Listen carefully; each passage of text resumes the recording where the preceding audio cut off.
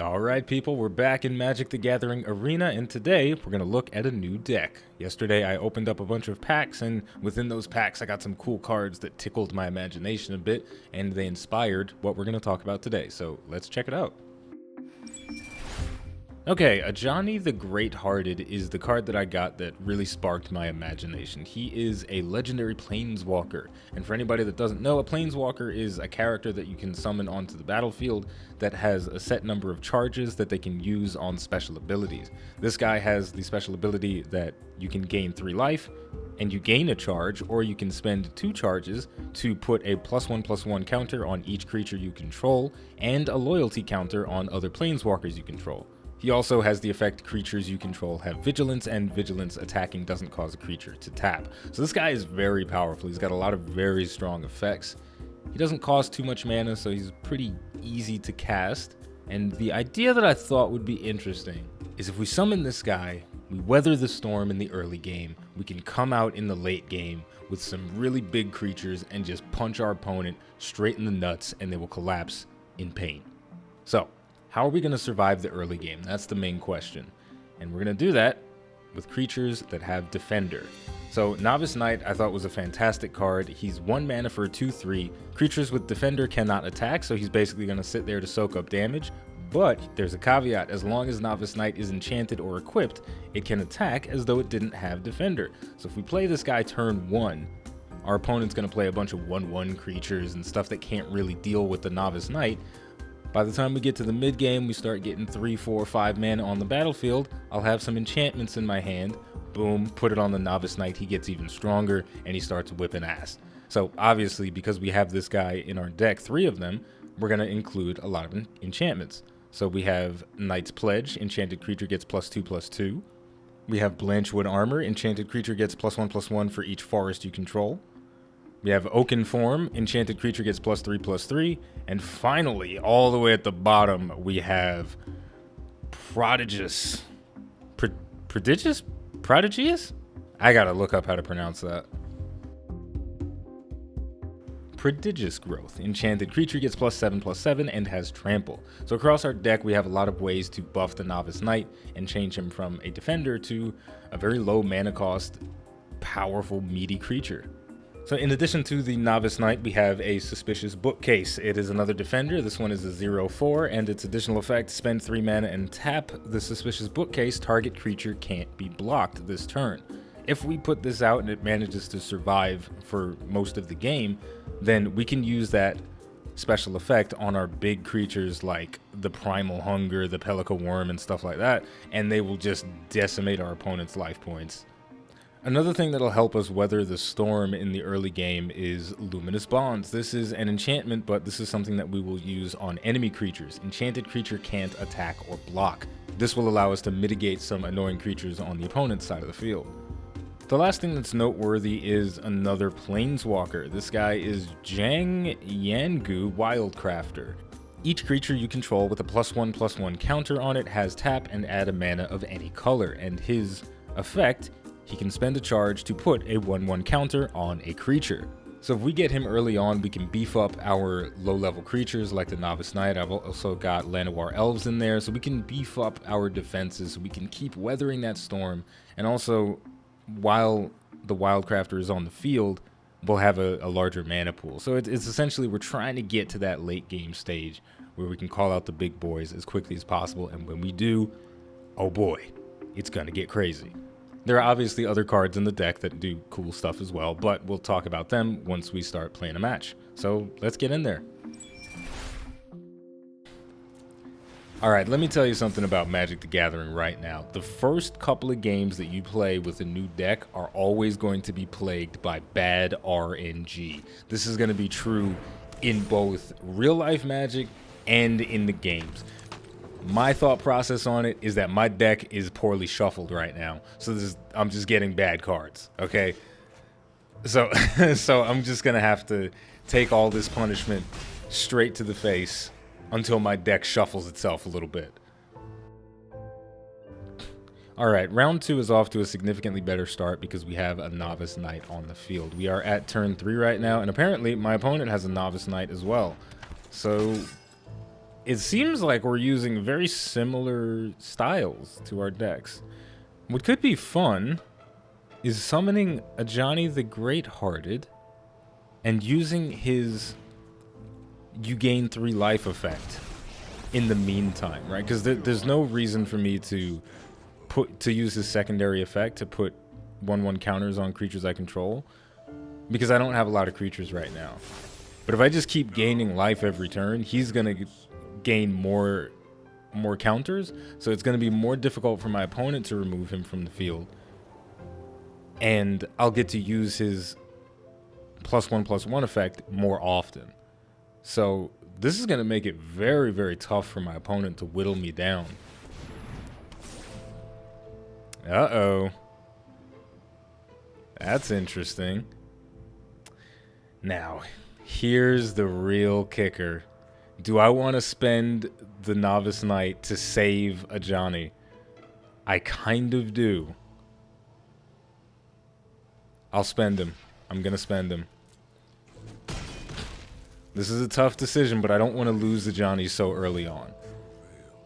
And I feel relatively comfortable about it because I've got cards like Seal Away and Luminous Bond. So what I'm going to do here is apply Luminous Bonds to the Novice Knight, lock him down. He can't attack or block anymore. Then I'm going to use a Johnny's Power again to gain 3 more life. And then it's my opponent's turn. So we're definitely playing the long game here. Oh no. Oh, this is 100% a mirror match because we have almost the exact same cards on the field. That's amazing. So this guy just exiled my Luminous Bonds to remove it from his Novice Knight. And they've killed the Johnny, and now I have nothing. Well, that's fine, my friend, because I can do that too. And that's... Actually, no, I'm not going to do that. I have to. I have to do it.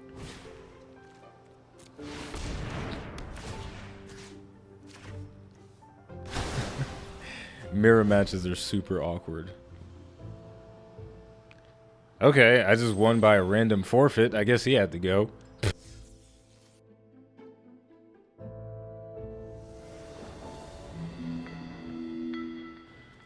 Alright, we've got a pretty not so great hand, but I'm going to keep it and I'm going to cross my fingers a little bit. Hopefully I will draw some things that I need. I have powerful cards in my hand, but nothing that is going to help me in the early game. I'm not going to be able to survive if my opponent gets a lot of pressure on the field early on. But the main reason I decided to keep this hand is because I had a decent amount of mana in it. So assuming that I draw some stuff like the Llanowar Elves or some of my defender creatures, or even this guy, the Wary Okapi. Okapi? Okapi. I'm going to say it's an Okapi. Oh. Cappy. Wary Cappy? I don't know. I can't read. Y'all know this. So believing in the heart of the cards has paid off already. We've got a decent creature on the field, and in the next turn, we're going to summon the Wildcrafter, and he's going to buff him up. So I'm not going to block with him. I have a feeling my opponent's going to attack. Yes, he is. And I'm going to take that damage on the chin. That's okay. I could have blocked the Llanowar Elves, but at the same time, it doesn't really matter.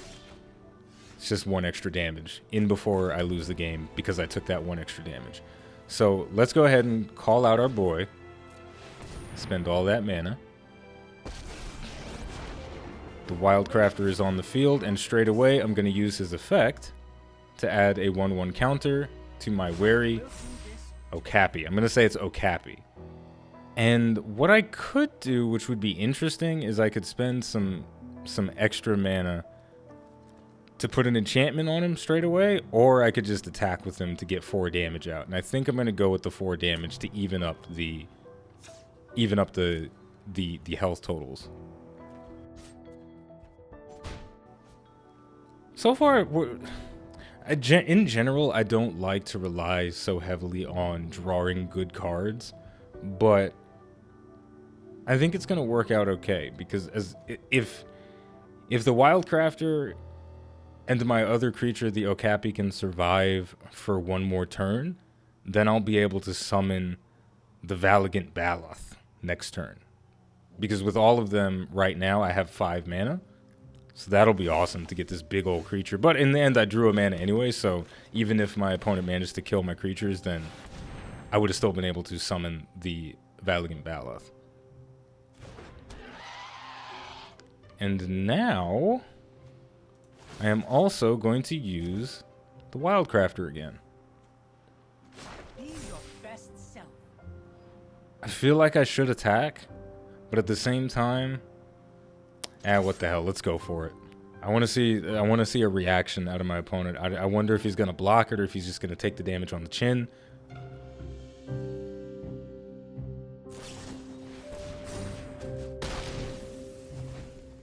Sometimes it's a good idea to force a reaction out of your opponent. I think that was a good decision. So now we have a lot of buffs to work with. We've got Knight's Pledge, Oaken Form, and Pledge of Unity. That's an instant. But I'm going to start off with Druid of Horns. Whenever I play an aura spell on this, so basically an enchantment aura, I get a new creature on the field. So I'm going to go ahead... Not yet. Wait, I'm going to do this in the correct order. This is my first time using this kind of strategy. First, I'm going to... No. Cancel. I can't mess this up. Okay, this is very serious right now. This is very important. First, I'm going to attack with the Valiant Baloth. Step number 1.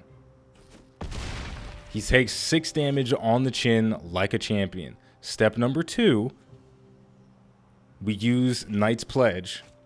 This is going to cause the Valiant Baloth to tap because he has the special effect that's being provided by the Wildcrafter. And then I'm going to use the Wildcrafter to buff my Druid of Horns, make him even stronger. I will help you through this. So now I've lost the ability to use the Valiant Baloth as a mana source, but I think I've gotten enough value out of the Wildcrafter at this point that I don't need to worry about that effect anymore. That's a little bit scary, though. A 6/6 on the field. And there's not really all that much I can do about it. Except, what I can try to do is be stronger than it, but he's just going to surrender straight away. All right, look at that. That worked out pretty well. That was a nice combo that we did. That was my first time using that type of interaction with this deck. We're in a good place. We're in a good place. All right, let's go into another round and see if we can keep this momentum going. This is a pretty bad hand, and I shouldn't keep it. But anytime I get the Suspicious Bookcase, I feel like I should keep the hand. Because the Suspicious Bookcase is probably my favorite card in the game. Because it doesn't make any logical sense. It's a bookcase. How is it? It's in... If you look at the picture, the Suspicious Bookcase is inside of a mansion, right? So, if I summon that to the battlefield and enemies start attacking me, are they attacking the mansion? Or or is the bookcase leaving the mansion so that it can defend me in other places? So like right now I have a Druid of the Cowl. It's somewhere in the forest, it's in the field and stuff. It's being a Druid. And is there just gonna be a bookcase hanging out behind it and the Druid's like, is that a fucking bookcase behind me? Like, what's going on? And then it just jumps in front of bullets to save it. I don't know. It's weird. It's weird. But so far, don't know what my opponent's doing. He's got 3 mana on the field. He's playing a blue and green deck. River Shark. River Sneak can't be blocked. Whenever another Merefork... I'm not reading that right now. All right, let's summon the bookcase. And let's take a look at this card that my opponent played. Well, first I'll attack with Druid of the Cowl. Why not? But River Sneak can't be blocked. Whenever another Merefolk enters the battlefield under your control, River Sneak gets +1/+1 until end of turn. That's pretty cool. So as a little bit of a guess, this guy is using a Merefolk. Merefolk deck. That is a tongue twister. Other Merefolk you control get +1/+1. Whenever you cast a non-creature spell, put a +1/+1 counter on Deep Root Champion. This is going to be a tough deck to deal with. But thankfully for me, I have the ability to shut stuff down. But before I start shutting things down, I want to have the Satyr Enchanter on the field so that I can potentially get some extra draws out of this. So I'm going to put him down. In the next turn, I'm going to apply the Hieromancer's Cage to the Merfolk Mistbender. This is going to be a rough game for the simple fact that I have to say Merfolk multiple times. Creatures you control with a 1/1 counter on them can't be blocked. That's a bit scary. And I can't block the River Sneak. You know, in all the games that I've played, I haven't seen many creatures that can't be blocked. But as soon as I put defenders in my deck, you best believe I fight against a lot of people using cards like that. Okay, so let's go ahead and exile the Merfolk Mindbender. I think I'm getting better at saying that. There we go. Say goodbye to your +1/+1. And unfortunately, I still can't really do anything, so I'm not going to attack. I'm at a bit of a stalemate in terms of offense, and I've taken a lot of damage in the process. But if I continue to survive, then it'll be okay. I'm going to have to play Luminous Bonds and seal away defensively against these relatively small creatures because I don't want to take too much punishment. He's going to continue pecking me with the River Sneak. Alright, I've got both Luminous Bonds in my hand right now, so that feels pretty good. What I'm gonna do, because the River Sneak is kind of a pain in the ass. So let's get rid of it straight away. Let's exile it. We draw a card because of the Satyr. River Sneak is no longer a problem. Oh crap, I should have played the Satyr Enchanter first. I didn't realize I had enough mana for that. My bad. Yeah, my order of operations was a little bit off there, so that was a misplay. I should have played the Satyr Enchanter first and then played Seal Away. I completely forgot about Druid of the Cowl increasing my mana pool by 1, so I didn't realize I could play both of these at the same time, both Seal Away and the Satyr Enchanter. So what did he just summon? When Judgment Pioneer enters the battlefield, create a 1/1 blue Merfolk creature token with hexproof. Okay. Well, since the River Sneak isn't on the battlefield anymore, since it's exiled, I don't have to worry about that nearly as much. Oh, I have enough. Okay, I'm going to do a big combo here because I want to draw a lot of cards. I'm going to play the Satyr Enchanter. And then I'm going to play Colossal Majesty.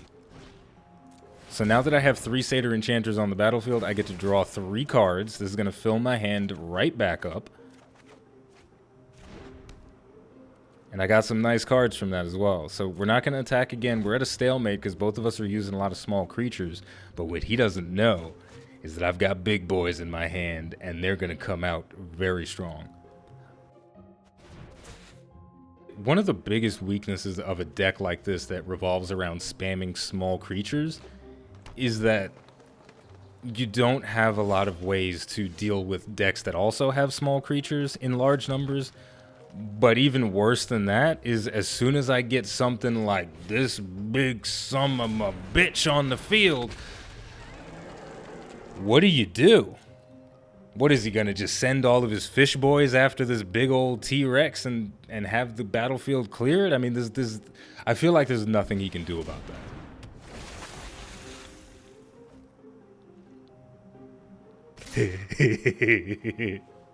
Oh no. 2, 4, 6. Oh my god. No. Wait. Oof. That hurt. That hurt a lot. But I feel like he wanted that to kill me. And it didn't.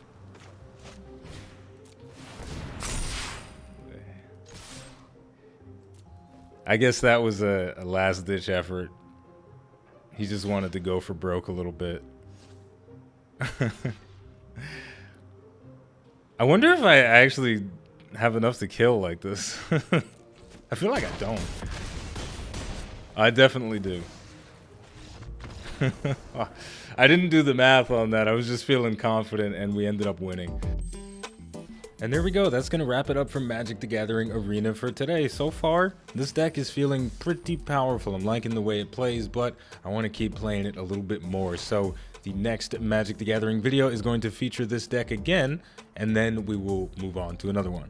So as always, if you enjoyed this video and you want to support the channel more than you already do just by liking, subscribing, commenting, and of course watching, you can head over to patreon.com/iBluairJgR to become a patron. The name of the game is Magic the Gathering Arena. The name of the channel is iBluairJgR. Thank you for watching, and I'll see you next time.